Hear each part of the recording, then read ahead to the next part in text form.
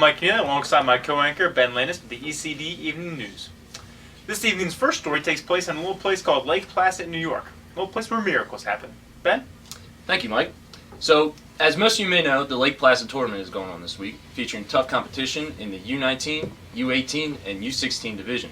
Some of the most notable club teams present at the tournament are Baltimore Crabs, the Roadhawks, Long Island Express, Buffalo Soldiers, and last but certainly not least, Lax World.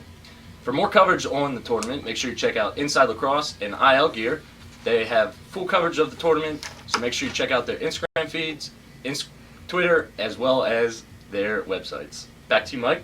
Thanks, Ben. So it sounds like a lot of competition up there, and should be some pretty sweet gear as well. Look forward to checking that out myself.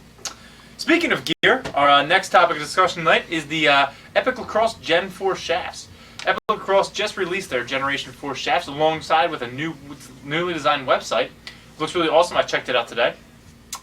If you didn't know, Epic is the leader in composite shafts and has been making high flex shafts for a while now. I think almost 2 years.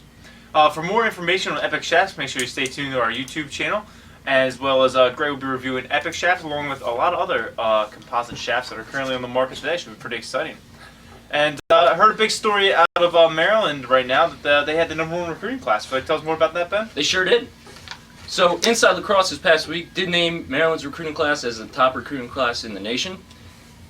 This comes at a much needed time where Maryland did lose 5 starters from last season, so we'll be seeing some new faces on the field.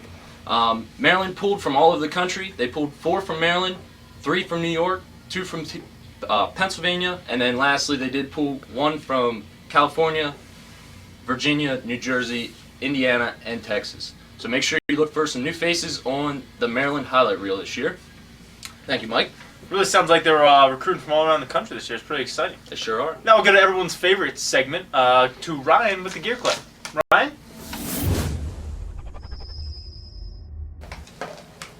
Thanks, Mike. Today in Ryan's Corner, we got the unreleased Nike Vapor Elite Scandium pole here. It's clean, lightweight, clean black and gold finish, and stay tuned for a full review on our channel. Now back to you, Mike. Thanks for that, Ryan. That's certainly some sweet gear you have over there. All right, now to our leading story tonight. Rob Pinnell signed a 5-year deal with Bryan Lacrosse Company. This comes at a very exciting time as Rob Pinnell is a rookie in the MLL for the Long Island Lizards this season. He was the leading scorer in Division I history, as well as a 3-time All-American, and is the 2013 Tour Time winner. Pinnell already has 36 points this year with the New York Lizards. Very exciting time for him. And he's quoted by IL Gear saying, "I couldn't be more excited to be joining the Bryan family." So very exciting stuff. Seems like he's very excited. Look forward to big things from him in the future. Maybe a RP3 gear line would be kind of cool. Pretty awesome. All right. And now for our MLL coverage. We start with the Denver Outlaws, who have a commanding lead at 13-0 in the MLL. They are preparing to play the #2 ranked, the Nationals team, and if the Denver Outlaws would win, they would be the first team in MLL history to have a record of 14-0. So that's some pretty cool stuff, as well as going to be a great game. Well, it certainly sounds like the game to watch this weekend, Ben.